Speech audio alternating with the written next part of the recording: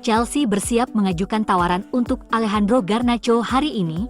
Proposal diharapkan segera diajukan untuk pemain sayap United tersebut setelah pembicaraan awal yang positif antara kedua klub.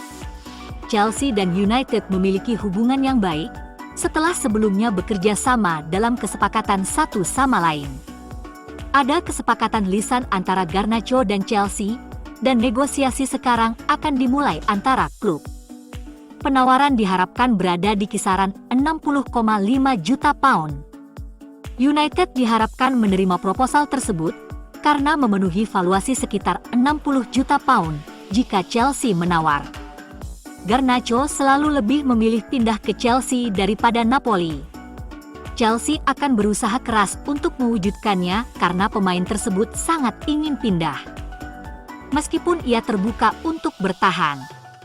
United telah menyiapkan 3 pengganti untuk menggantikan Garnacho, dan 2 bermain di Liga Premier, untuk klub yang saat ini berada di paruh bawah Liga Utama. Para fans MU nampaknya harus merelakan bintang muda mereka pindah ke London.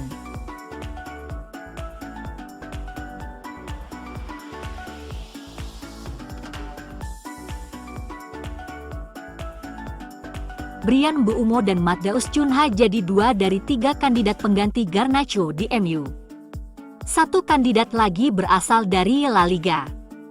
Laporan di situs web Spanyol Fichajes mengklaim bahwa Brahim Diaz dari Real Madrid bisa jadi target. Diaz dapat bermain di sisi kanan, kiri, atau tengah lini tengah penyerang.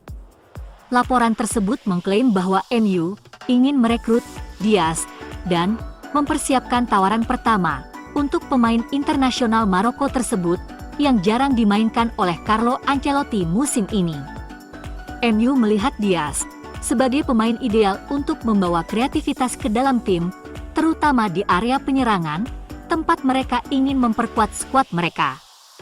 Ketertarikan dari Man Utd bukan hal baru, tetapi pembicaraan dapat dipercepat dalam beberapa hari mendatang, dengan Amorim menilai profil pemain yang serba bisa, mampu beradaptasi dengan berbagai posisi dalam serangan, dan menciptakan ketidakseimbangan melawan pertahanan yang ketat.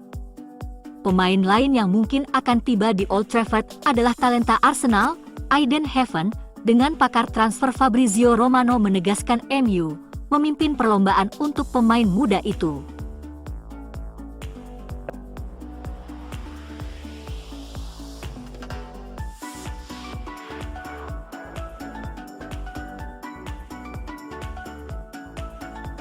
Kemenangan atas Rangers membawa MU ke posisi keempat, hanya di belakang Lazio, Eintracht Frankfurt, dan Athletic Club. Frankfurt dan Bilbao mengantongi 16 poin, masih bisa disusul.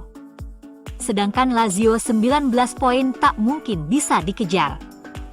Poin United saat ini adalah 15. Lawan terakhir MU di fase Liga, FCSB dari Rumania, mengantongi 14 poin bersama 4 tim lain. Kemenangan di Rumania pada Kamis mendatang akan menjamin posisi 16 besar dan berarti finish di posisi kedua, ketiga, atau keempat. Hasil imbang di Bucharest juga sangat mungkin, cukup untuk memastikan 1 dari 8 slot, karena FCSB akan tetap berada di bawah MU di klasemen jika terjadi hal itu. Di luar 8 besar, hanya Galatasaray dan Bodo Glimt yang mampu menyamai perolehan poin MU. Jika keduanya menang dengan selisih 2 gol, sementara Lyon, Tottenham, dan Anderlecht juga meraih 3 poin, maka MU keluar dari 8 besar. Jika FCSB mengalahkan MU, Setan Merah masih bisa lolos secara otomatis, namun tergantung beberapa tim tersebut, ditambah Pilsen dan Olympiakos untuk lolos. Posisi tim dalam babak playoff sebagian ditentukan oleh penyelesaian fase Liga. Tim yang berada di antara posisi ke-9 dan ke-16 diunggulkan, sedangkan tim yang berada di posisi ke-17 hingga ke-24 tidak diunggulkan. Pengundian dibagi menjadi 4 bagian, dengan tim unggulan dipasangkan dengan salah satu dari 2 kemungkinan lawan yang tidak diunggulkan. Format ini akan direplikasi untuk babak 16 besar. Karena 8 klub teratas diunggulkan dan pemenang playoff tidak diunggulkan. Pertandingan akan, seperti biasa, berlangsung dalam 2 pertandingan kandang dan tandang, hingga final. Tidak ada batasan bagi tim dari negara yang sama untuk saling bertanding. Aturan juga memungkinkan MU untuk menghadapi tim yang pernah dihadapi di fase Liga.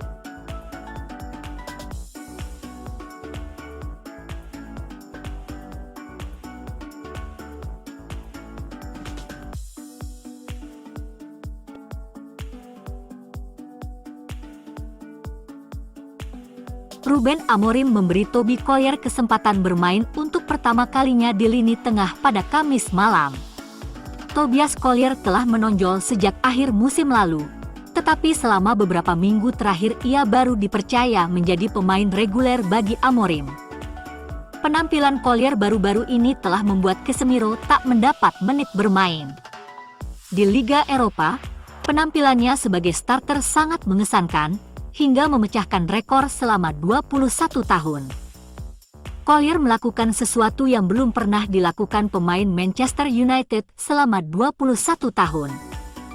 Collier menjadi gelandang United pertama sejak 2003-2004 yang mencatat 50 umpan atau lebih dan memiliki akurasi setidaknya 94% saat debut di Old Trafford dalam kompetisi besar Eropa.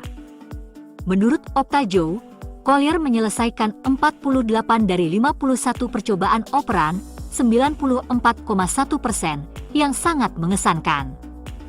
Collier juga menyelesaikan 100% dari 2 dribblenya dan memenangkan 3 duel.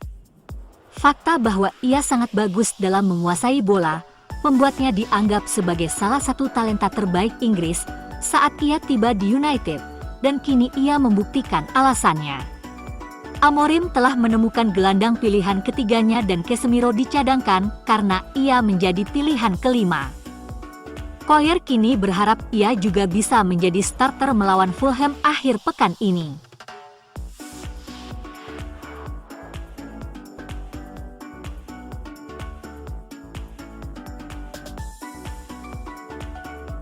Pelatih kepala MU, Ruben Amorim, telah memblokir kepindahan pinjaman Real Betis untuk Antony saat mereka masih kekurangan penyerang. MU belum menyetujui kepindahan karena permintaan Ruben Amorim, meskipun semua pihak setuju untuk meminjamnya. Diklaim bahwa Amorim ingin mendapatkan pengganti sebelum ia mengizinkan Antony dipinjamkan. Jadilah Antony berada di skuad MU dalam laga hadapi Brighton dan Rangers. Jumat pagi seluruh dokumen formalitas selesai diperiksa. Dan sekarang, pemain sayap Brasil itu siap bergabung dengan Betis dengan status pinjaman, menurut Fabrizio Romano. Antony telah terbang ke Sheffield, Jumat malam. Patrick Dorgu dari Lecce menjadi target utama klub Liga Primer bulan ini untuk memperkuat skuad Amorim di sektor sayap.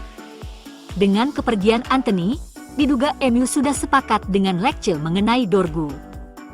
Pemain sayap 20 tahun, secara lisan mengatakan ya untuk menandatangani kontrak dengan MU pada 20 Januari. Menurut kabar terbaru dari Matteo Moretto, Dorgu kini telah menyetujui persyaratan pribadi dengan United. Lecce berharap dapat menyelesaikan penjualan secepatnya, sehingga mengisyaratkan mereka mungkin akan berkompromi soal biaya. Alasannya adalah mereka ingin menginvestasikan kembali uang Dorgu untuk merekrut penggantinya di sisa jendela transfer yang kurang dari 10 hari. Langkah yang akan menjadikan pemain Denmark sebagai pemain utama pertama yang direkrut tampaknya akan segera tuntas.